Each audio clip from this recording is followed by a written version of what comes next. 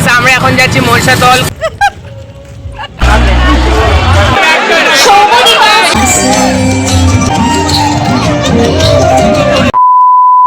Hello guys, welcome back to my channel. Vicky ভাই কেমন আছো তোমরা সবাই? আশা করি খুব ভালো আছো আর আমিও ভালো আছি। তো তার আগে আমি তোমাদের সবাইকে মন থেকে জানাই হ্যাপি হোলি গাইস।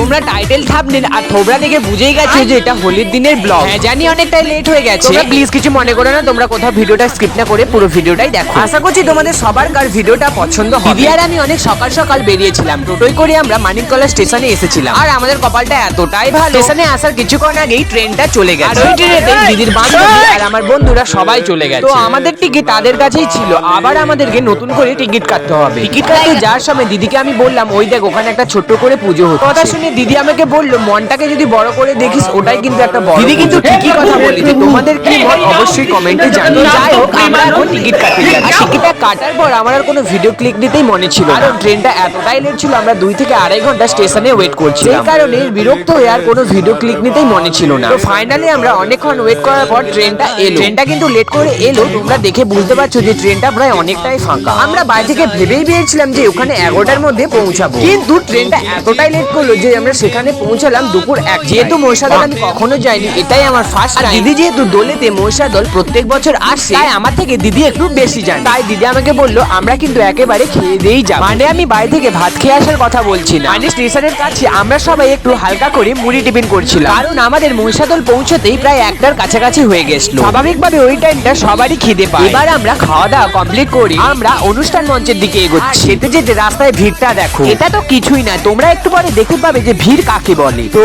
কারা কারা 2026-এ মহিষাদল এলে অবশ্যই কিন্তু কমেন্ট করে জানাবে। আমি ফার্স্টে দেখে পুরো শক হয়ে গেছি। তোমরাও দেখো যে কতটা পরিমাণে ভিড় হয়েছে, মানে একটা পা গলানোর মতো জায়গা। মহিষাদলে এই বসন্ত উৎসবটা হয় মহিষাদল রাজবাড়ির আম বাগানে। প্রত্যেক বছর এখানে নাকি এই বসন্ত উৎসবটা পালন করা হয়। আর গাইস তোমাদেরকে বলছি যারা কখন হোলিতে মহিষাদল আসোনি তারা একবার এসে দেখো, রিয়েলি বলছি তোমরা প্রচুর মজা পাবে। দেখে হয়তো তোমরা বুঝতে পেরেছো যে আমরা কতটা মজা করেছি। আর আমার মতো নাচ পাগল আছো তাদের জন্য এটা একদম পারফেক্ট, কারণ এখানে নন স্টপ গান চলে, কোনো এখানে থামার সিস্টেম নেই। এখানে তুমি যাদেরকে চেনো না তাদেরকেও রং মাখাতে পারবে, যারা তোমাকে চিনে না তারাও কিন্তু রং মাখাতে পারবে, কারণ এটা আমার সাথে হয়েছে। আর তুমি কিছুক্ষণের জন্য ভুলে যাবে যে তুমি অন্যদের এলাকায় এসেছো। এই মহিষাদলের পাবলিকরা এত ফ্রেন্ডলি ভাবে মিশে তুমি বুঝতেই পারবে না। তারপর আমি আমার ফ্রেন্ডদেরকে কল করে জিজ্ঞাসা করলাম যে তোরা কোথায়। ওরা বললো আমরা স্টেজের বাম দিকে আছি। তারপর আমি বললাম তোরা ওখানেই থাক, আমার ওখানে যাওয়াটা কিছুতেই সম্ভব হবে না। এনজয় করতে করতে বিকেল 3টে বেজে গেল, অনুষ্ঠান শেষ হয়ে গেল। আমরা তো বুঝতেই পারিনি যে অনুষ্ঠানটা শেষ হয়ে গেছে। তারপর আমরা হাঁদার মতো কিছুক্ষণ দাঁড়িয়ে ছিলাম, অবশ্য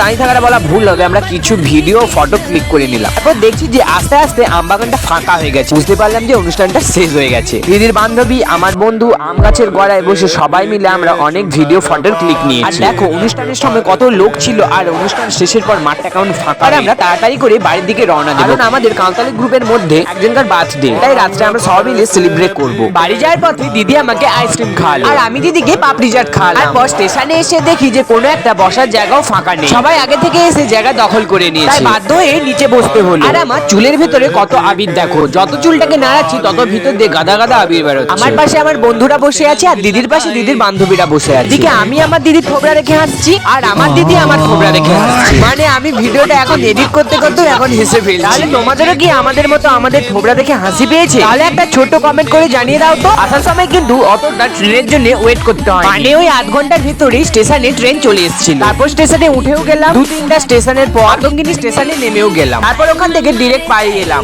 আর বাড়ি এসে আমি আমার পছন্দিদার ছোটদিকে রং মাখাবো না, কার আগানো হতে পারে। দেখি ওরা স্নান করে দিব্যি বাড়িতে ঘুমিয়ে আছে। আমরা তো ওদেরকে দেখেই অবাক, কারণ দোলের দিন রং তো দূরের কথা, ওদের গায়ে একটু আবিরের ছিটে ফোটাও নেই। তারপর আমরা ওদেরকে বললাম বাইরে চল রং মাখাবো, ওরা তো কিছুতেই বাইরে আসতে চাইছিল না। জবরদস্তি রাজি করার পর ওরা বললো ঠিক আছে রং মাখবো, শুধু গালে লাগাবি। আমি মনে মনে ভাবছিলাম আগে বাইরে তো চল, গালে লাগাবো কি মাথায় লাগাবো সেটা দেখতে পাবি। তারপর ওরা বাইরে এলো, আর বাকিটা তোমরা দেখে ফেলো যে আমরা ওদের কি অবস্থা করি। তারপর এখানেও মিনিমাম কিছুটা 20-25টার মতো ফটো তুলেছি। ও হ্যাঁ, আমার যে ক্যামেরাম্যান জেঠিমা ওকেও কিন্তু আমি ছাড়িনি, ওনাকেও কিন্তু আমি রং মাখিয়েছি, শুধু ওনাকে ক্যামেরাতে নিতেই মনে ছিল না। এই ভাইটা আমাদের ওখানে দেখতে পেয়ে ডাকলো, ডাকার পর আমাদের হাতে দুটো দেশলাই বক্সের মতো বক্স হাতে ধরিয়ে দিল। দিল। আমি ওই বক্সটা হাতে পেয়ে তাড়াহুড়ো করে খুলতে লাগলাম। ভালোভাবে দেখো দিদির মুখে যেভাবে রংটা ছিটকে গিয়েছে, আমারও মুখে ঠিক ওই সেম ভাবে রংটা ছিটকে এসেছে। এটা কিন্তু ও নিজের হাতে বানিয়েছে, মানতে হবে ভাই ট্যালেন্ট আছে। আমার ক্যামেরাটা অন্য একজন ধরে দিয়েছে, দিদির ক্যামেরাটা আমি ধরে দিয়েছি, সেটা তোমরা দেখতেই পাচ্ছ। তারপর ওখান থেকে ঝটাপট বাড়ি এলাম, কারণ রাত্রে বার্থডে সেলিব্রেশন হবে, তার জন্য চ্যানেলটা সাবস্ক্রাইব করতে হবে, কারণ